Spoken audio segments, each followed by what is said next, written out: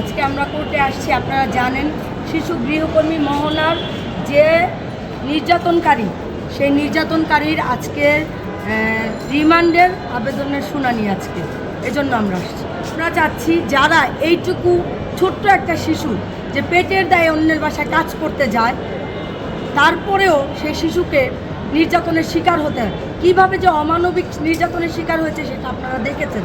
আমি নিজেও হাসপাতালে গিয়েছি। আমরা আসলে চাই বাংলাদেশের আইন এবং আন্তর্জাতিক আইন যারা লঙ্ঘন করে, তারা যেই দলের হোক, যেই পদের হোক এবং যতই ক্ষমতা বা অর্থের সম্পদের মালিক হোক, তারা যেন, বাংলাদেশ সরকার যেন তাদেরকে যেন এই আইন লঙ্ঘন করার কারণে, একটি ছোট্ট শিশুকে অমানবিক নির্যাতন করার কারণে বাংলাদেশ সংবিধানে যে আইনের যে ধারা আছে শিশু নির্যাতনের, সেই ধারা অনুযায়ী জানিয়ে তাকে যেন শাস্তি নিশ্চিত করে, সেই প্রত্যাশায় আজকে আমরা সিএমএম কোর্টের সামনে দাঁড়িয়েছি। গত 4 ফেব্রুয়ারি আমি শহীদ তাজউদ্দিন মেডিকেল কলেজ হাসপাতাল গাজীপুরে গিয়েছি মোহনার সাথে, এবং মোহনার দাদির সাথে আমার কথা হয়েছে।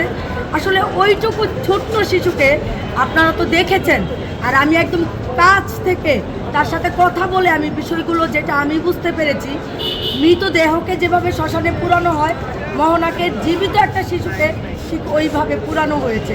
ওর শরীরের 1 ইঞ্চি জায়গা বাকি নাই যেখানে পোড়ার কোনো ক্ষত বিক্ষত স্থান নাই। মানে মেয়েটা কথা বলতে পারতেছে না, কথা বললেই বলে আমি কিছু করি নাই, আমি কিছু করি নাই। ভয়, আতঙ্ক এখনও ওর মধ্যে কাজ করছে। দিন শেষে আমি একজন নারী, আমি একজন মা।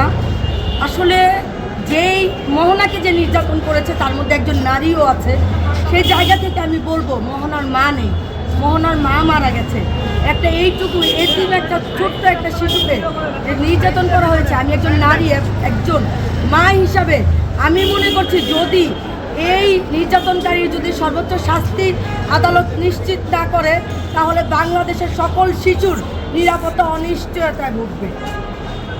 আসলে ভয় করছি, কারণ বাংলাদেশ সংবিধানে যেহেতু বলা আছে বাংলাদেশের আইন সবার জন্য সমান, বাংলাদেশে যে প্রধানমন্ত্রী থাকবে তা সে একজন সাধারণ মানুষ সমানভাবে আইনের বিচার পাবে। কিন্তু আমরা সেই সংবিধানে লেখাটা লেখার জায়গায় রয়ে গেছে, কিন্তু আইনের জায়গায় যখন আমরা নির্যাতিত হই, যখন আমরা আদালতের কাঠগড়ায় দাঁড়াই, সেটা কিন্তু আমরা দেখি না যে আমরা সমানভাবে পাচ্ছি।